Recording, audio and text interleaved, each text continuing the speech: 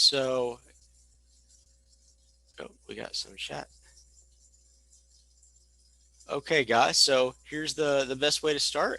If anybody here wants to submit an email, go ahead and put it in the chat. Whether again it's a Google Doc or whether it's an I just actual.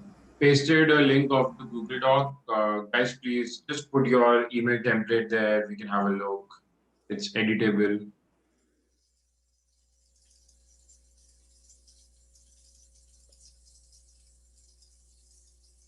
If you want to just raise your hand, like be on the call.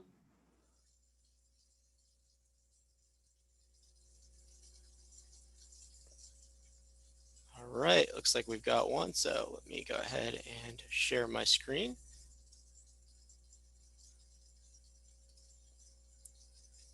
All right, guys, give me 1 second here.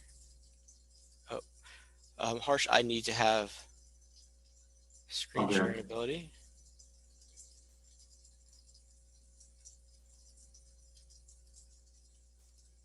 Okay, you're the host now.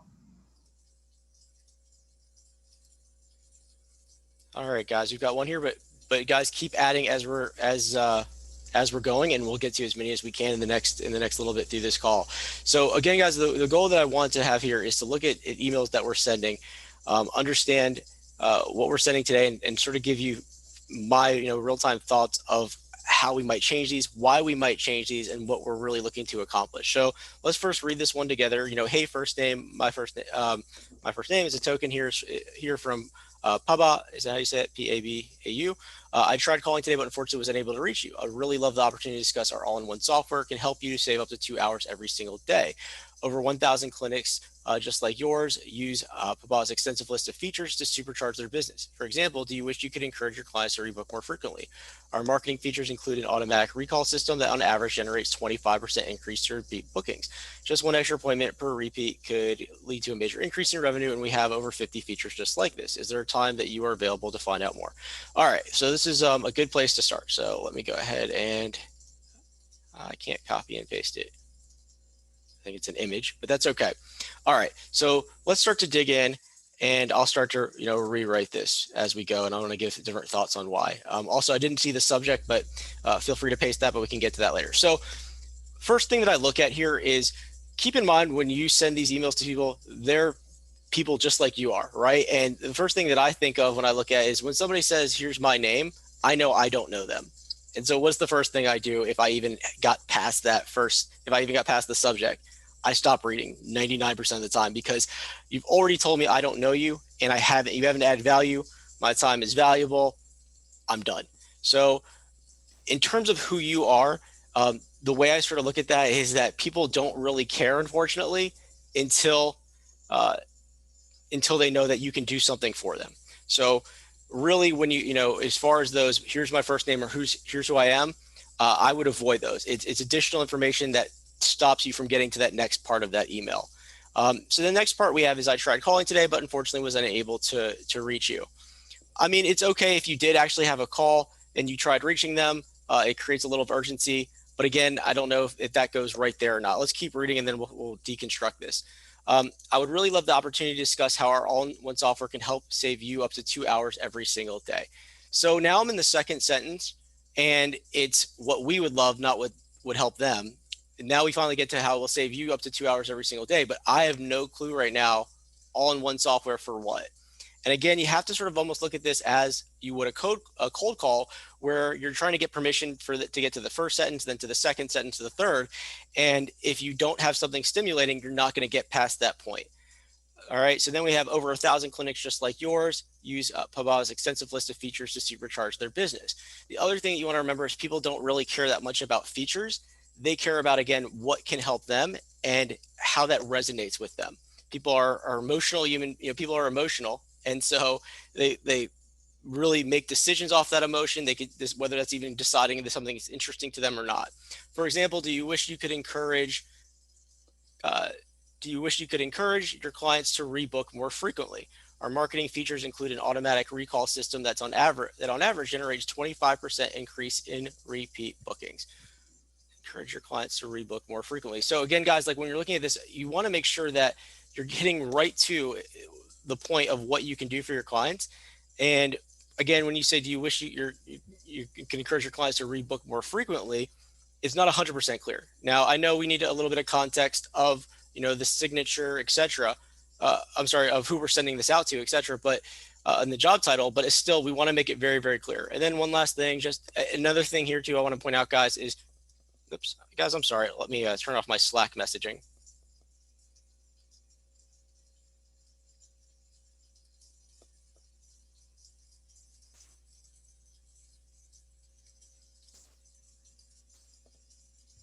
All right. And so another thing here, guys, that I tend to advise people not to use in your cold messaging is bold. Because again, and then we have it up here as well, because when you have things in bold, it sort of, looks like it is spam. All right, then we've got just one extra appointment per repeat client would lead to a major increase in your revenue. And we have over 50 features just like this that could benefit your business. So I like the whole part about one extra appointment could lead to an increase in your revenue, but we shouldn't really go into features here. We should go more into this story. And then lastly, is there a time that you were available to find out more? The call to action is also really important as well. I'm not saying you never want to just go in and ask for that meeting, but at the same time, you haven't established a relationship with that person yet. And if you go in and ask for that meeting right now, it almost feels off-putting to people. Like you haven't, offered value, you haven't started a conversation.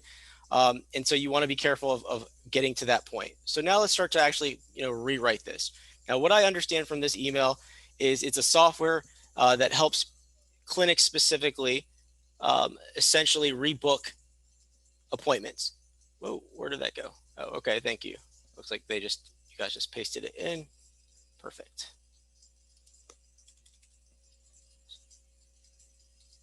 So let's start to deconstruct this. So as I mentioned, first we're going to get rid of here my first name.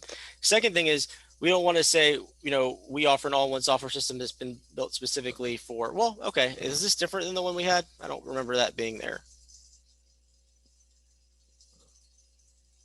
Did this get changed? It looks like this got changed. Harsh, is there anything in chat? This wasn't the one I was just going through a second ago.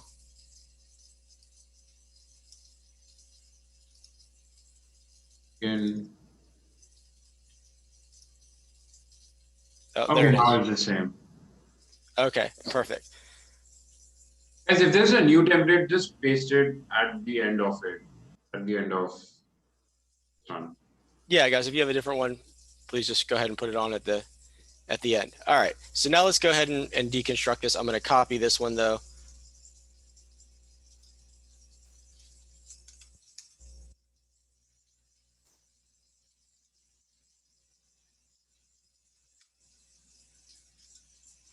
The other thing too here but unfortunately was unable to reach you, we want to make sure we maintain leverage on both sides, right? To where, we're just as important to them as they are to us. And if, it looks like we're just chasing them, we lose some of our significance, our leverage, our importance to them.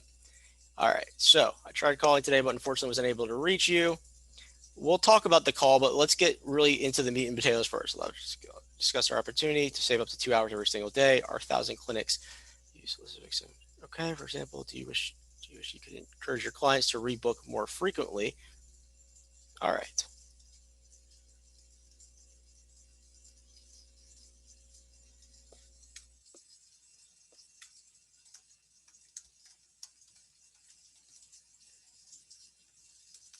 And here you can actually if you can tie your messaging as far as calling into what you're actually trying to promote, even better, right? So here's how we can look at this. I tried calling today, but wasn't able to connect.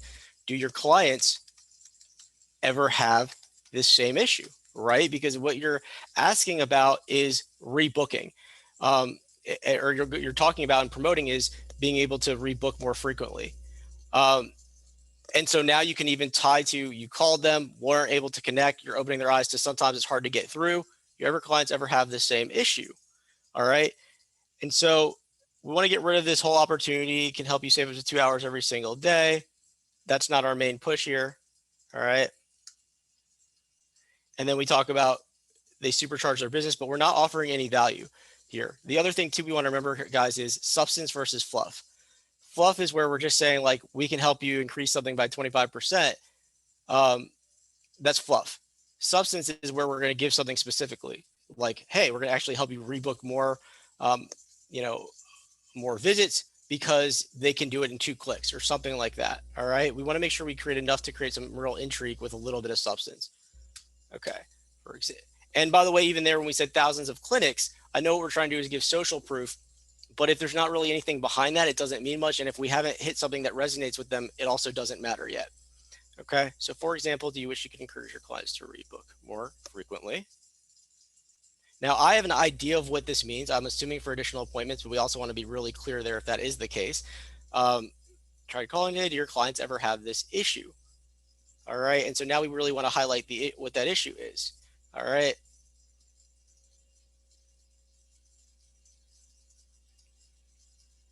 And I think this was new, an automatic recall system.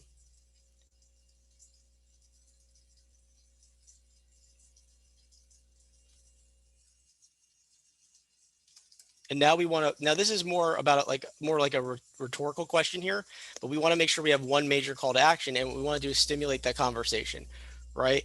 And we want to ask them a question where we know where we think what the answer should be. So have you considered,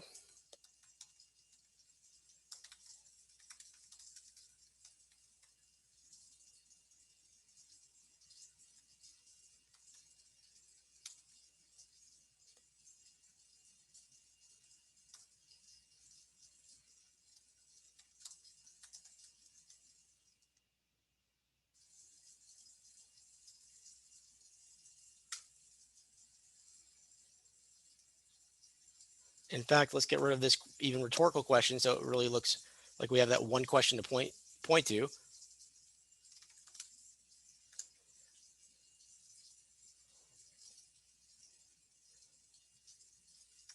And we want to basically tell them, hey, we've got a quick idea for them, okay? Have you considered using an automatic recall system to increase repeat bookings? Now, my assumption is, without knowing too much about the specific industry and everything else that we're talking about right now, is they may or may not know what an automatic recall system is. If they don't know, good, we've created intrigue. They're going to ask, like, what is that, right? And they're going to have FOMO, fear of missing out. Or if they do know, they might tell you we have or they haven't, and they might give you a reason of why. So we've created enough, to where we've kept this short. We told them we weren't able to connect, but now we compared that to their clients might have that same issue, which makes them think, well, how many appointments am I missing? Have you considered using an automatic recall system to increase repeat bookings? And so that's it, short and sweet. Now, the thing is, guys, you're going to have multiple emails in these campaigns. So each one can have its own little different story. So you don't have to fear like, I didn't tell them about this or that, the other. That's fine. This is one quick touch point. The other thing is then you're going to have your signature, of course, below this. And what that will do essentially is have your basic information if they do want to check out your website, your LinkedIn page, etc. Harsh, do you think we should give a chance for any questions on that before we move to the next one? Or what do you think is the best way to sort of run this? Like if somebody has a question, please raise your hands. We'll make it as interactive as possible. We'll just allow you to speak so that you can ask your things. If not, we'll just move ahead. Okay. Let's go to the next one.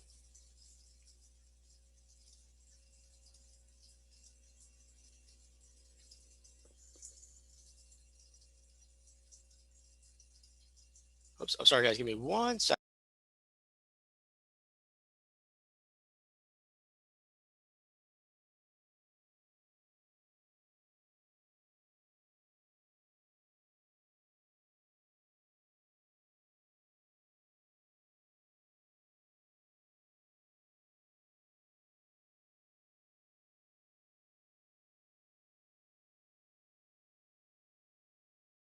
All right, let's move to this next one here. Let me reshare my screen.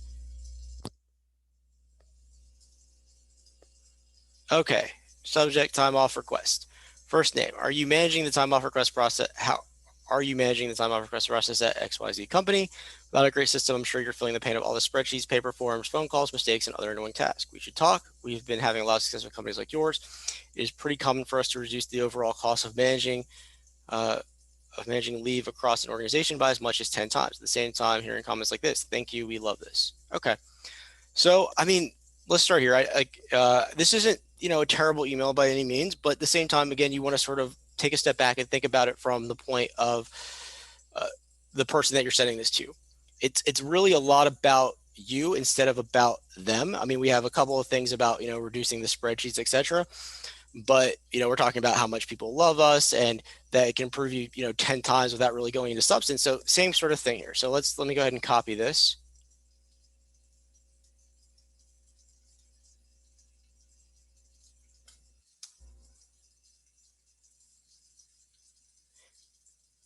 So the first thing is we have more than one call to action here. We're asking, is this the person that manages that? In fact, I don't even think that's a bad question to ask. I don't love emails where people say, can you send me to the right person? Because that sometimes seems lazy. But if you're asking, are you the person that manages that? Because you're not sure, because different companies have different people, whether that might be somebody in operations, might actually be their CEO if it's a small company. So that's not a terrible question to ask. But to me, if you're going to ask that, that should be it. That's one whole email right there. And I would change it a little bit though. I would say, for example,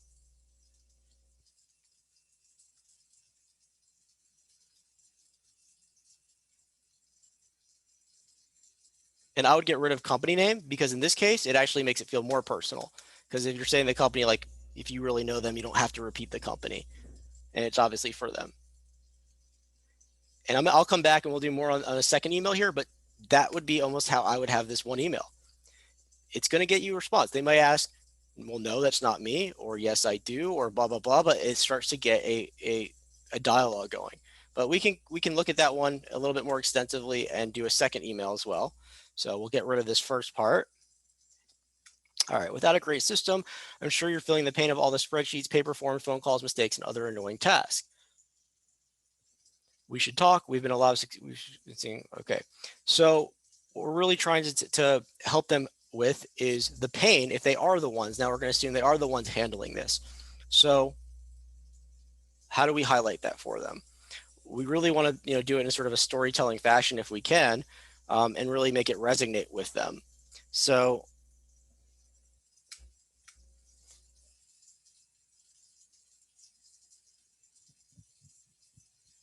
let's see here how we want to phrase this.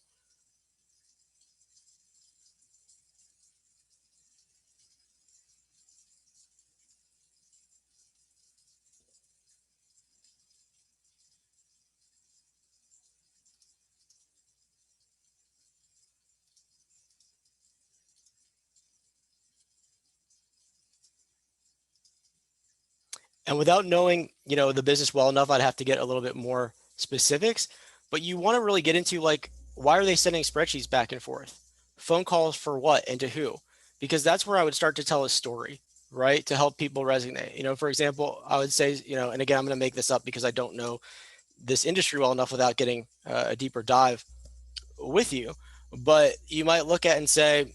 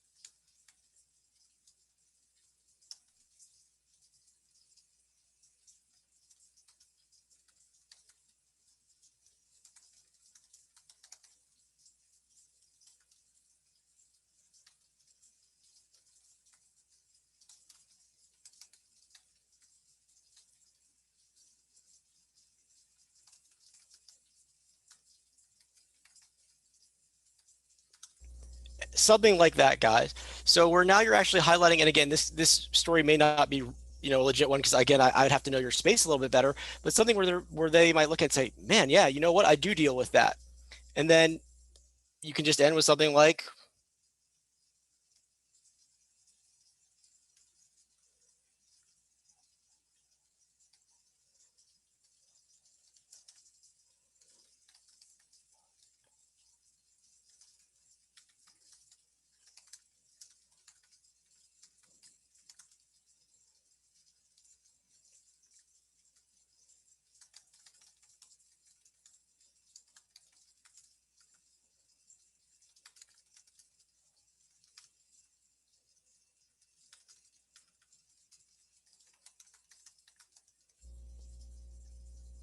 so something like that.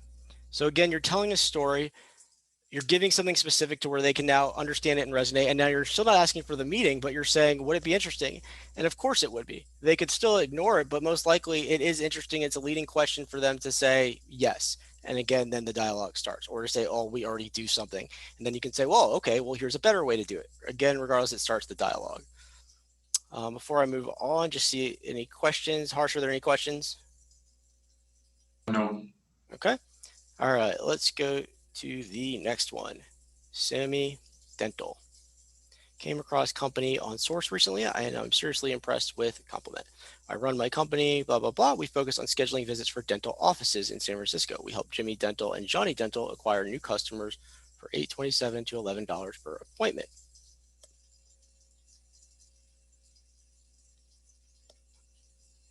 Might need a little bit of context. So Sammy Dental, is that a person or is that a like dental office? So this is the name of the company, Sammy Dental. Got it. Okay. All right. So, I mean, I'll tell you guys, like, I'm not a big fan of this. Like, I'm impressed with because if you have something really, really interesting to say there, great. But a lot of times it just feels like a facade. And again, it feels like somebody that I don't know just saying something that is really sort of superficial. And again, we don't want them to think like right out of the bat, we don't know them. And it also just doesn't add any value. All right. And then we go, I run, my company, we focus on scheduling visits for dental offices in San Francisco. We help Jimmy Dental and Johnny Dental acquire new customers for $8.27 to $11 per appointment.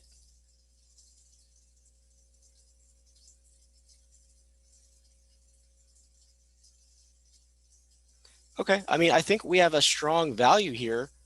We should just be going right into that. All right. So let me copy and paste this.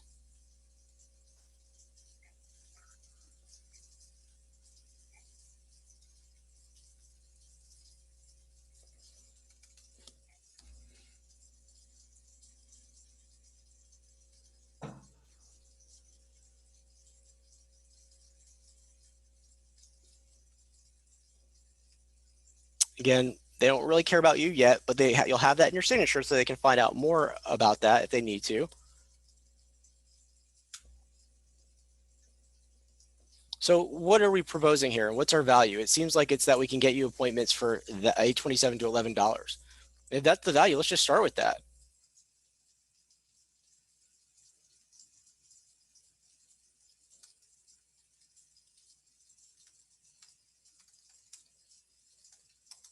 Well, again, I'm making a number up here, but you guys can tell me if this is accurate or not. But this just gives you an idea.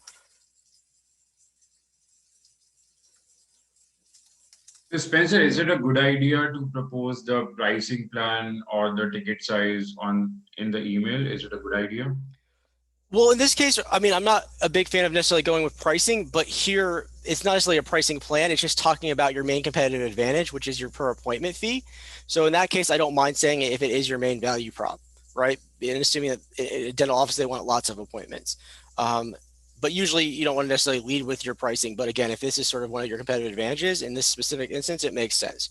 So let's just say most dental offices pay on average $200, $250 for appointment.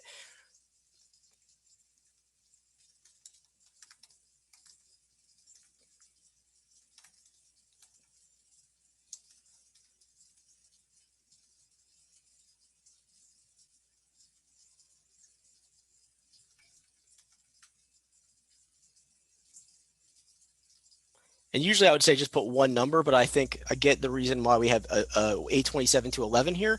It makes them think, well, okay, even if I said starting at 827, how high does that actually go to?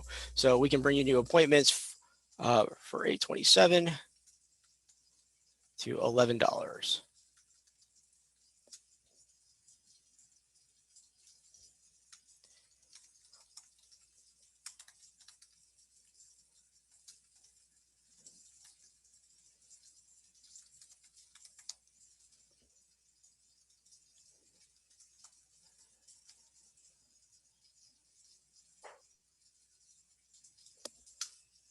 And so what are they going to say? I don't want any more appointments. Now, if it wasn't a niche like dental, I would say we've got to do something a little bit different because people are always looking for appointments for like B2B or whatever. But this is literally getting people to go to your dental office. That's pretty interesting and unique and specific to that niche. So, again, let's keep it simple. And instead of questions about Sammy Dental,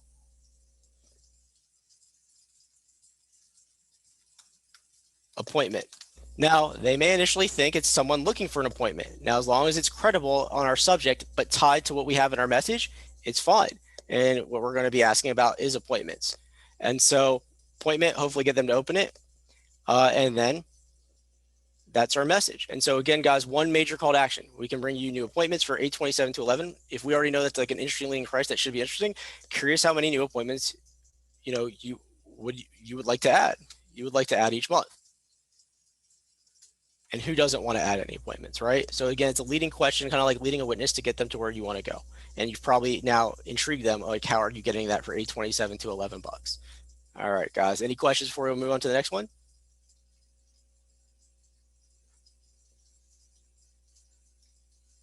Let me go into the chat real quick. Okay. How often do you use numbers, stats, etc. in a pitch? It seems disingenuous to me. Okay. What's the question? What seems disingenuous? I think that was maybe from how often do you use numbers, stats?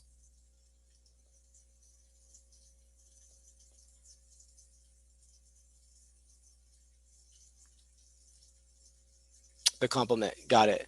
Yeah, I agree. Compliments don't necessarily like if you don't know somebody. I mean, if it was like a very, very specific thing, sure, but when you're like sending these messages at scale. Okay, next. This is long. Curious to know how you make it better. All right.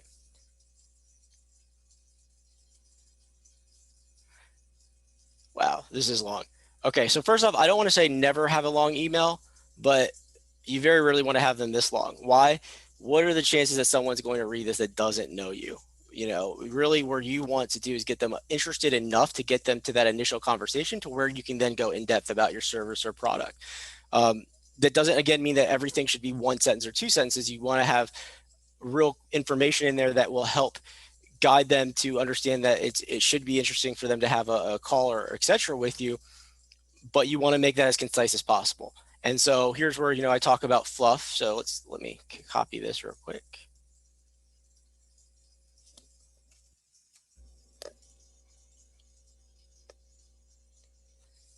Okay, so first one is, again, this just doesn't add, you have to look back and say, does this add anything? It doesn't. So let's get rid of that. Our team is working with a handful of chiropractors and neuroscientists who have a desire to increase the care compliance of their patients and create a way to engage and create an environment for these clients, active participants in their healing journey. Nothing existed, so we built one with them. Yep, us nerdy folks had their lives changed by chiropractors getting up and made a software together and thought the response would be the same as every other chiropractor we've had to talk to.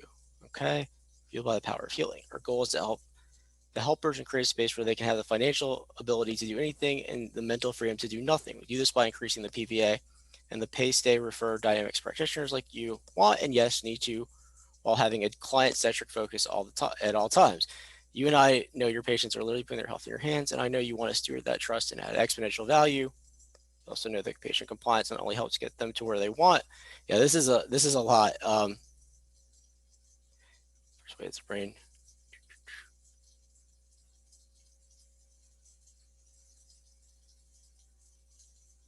So really what I want to figure out is like, what is the main value here? I get like here, we're talking about why we're unique at this. Our goal is to help helpers and the helpers create a space where they can have the financial ability to do anything in the middle for him to do nothing. We do this by increasing the.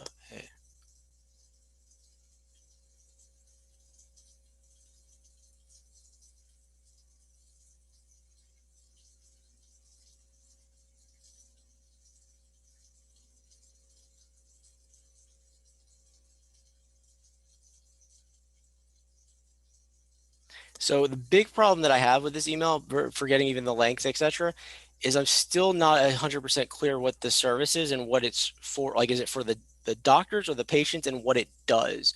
Well, I guess we can help you get 2 to 3 more adjustments per month and having engraving fans for $1 a day per patient. So what I always like to tell people is, I'm not sure how many of you here have seen the movie Philadelphia. It's a movie with Denzel Washington playing a lawyer, and one of the things he always says when he's talking to the when he's talking to I guess when he's cross-examining those types of things is explain it to me like I'm 4 years old. And the reason he says that is because he just wants it to put in like really simple, sort of plain English where someone can really quickly get what you're doing. And so sometimes you want to make sure you're doing that in these messages, because if people have to start thinking about what you're saying, they're probably already gone. Again, because these are cold emails. So I guess the question I would have back very quickly um, is what is the main, like, if we had to like put it in one sentence, what is the main thing that we're solving and who are we solving it for? Help me understand that real quickly if you could, and you can even copy and paste something like that in here, and then I can help deconstruct this. But this one I kind of wouldn't even go with this sort of structure that it is right now, so it's not one where I'll like take off paragraphs here or there. But I can help create one from scratch if we have like a sentence or two that gives some info there.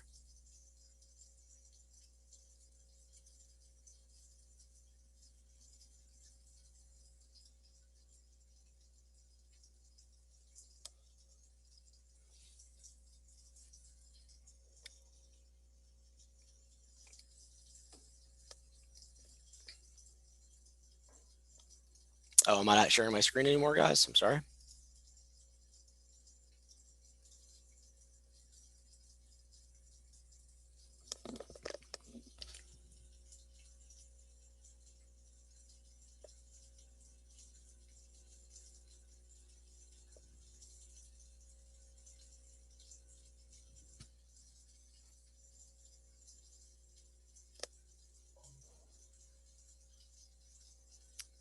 Okay, and how do we do this? Like, what is it? Is it an app? Is it a software? Is it a hardware?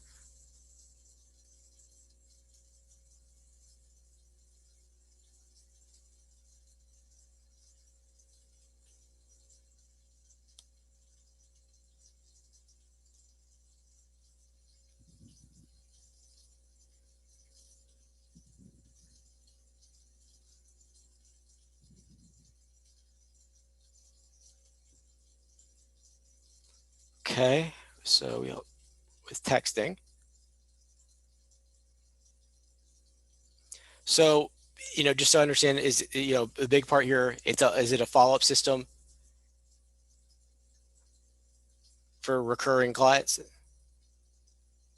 Okay.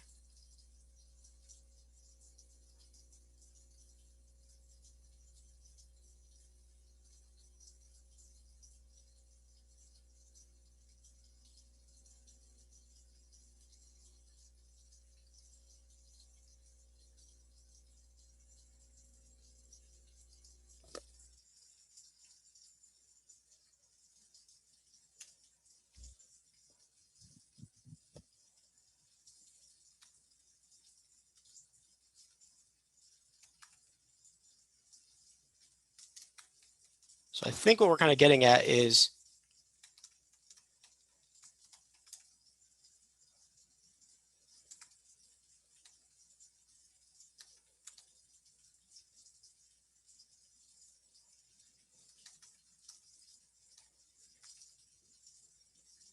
and again, I'm just making up numbers right now to give you an idea.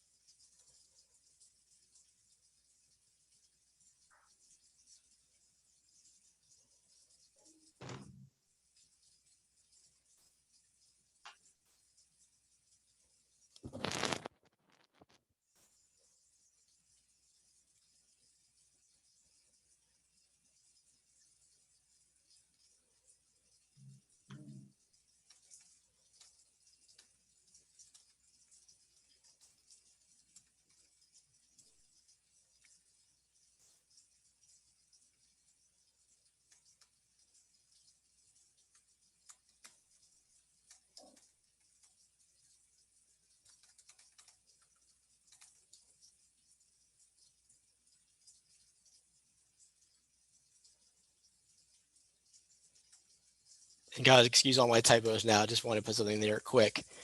So I think what we're trying to get at is the average number of visits, is that people aren't having enough visits.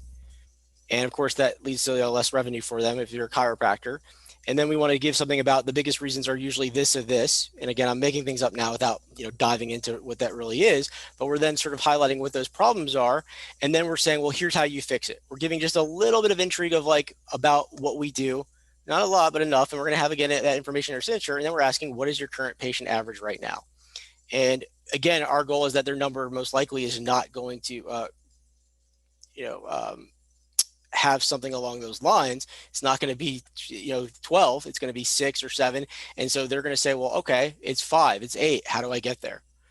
And again, we can have more emails that go into other details of different things, but we want to make sure, again, each one is its own little micro story that's going into the problem for this specific email, which is there's not enough visits per year and we can increase that.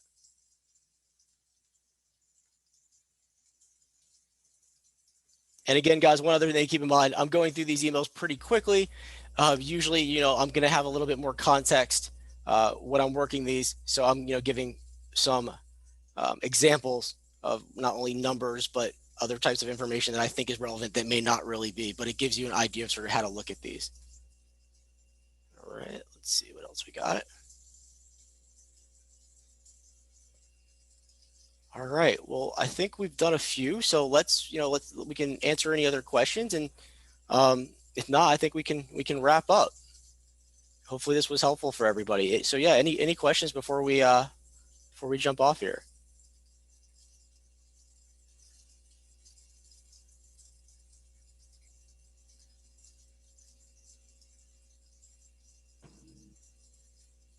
Okay, then thank you, Spencer, so much for your email copywriting review. Great session. I think I also learned a lot. I'm not a good email copywriter. So thank you guys for coming on this webinar. Thank you so much. Thank you, Spencer. Appreciate it, guys. Bye. Take care.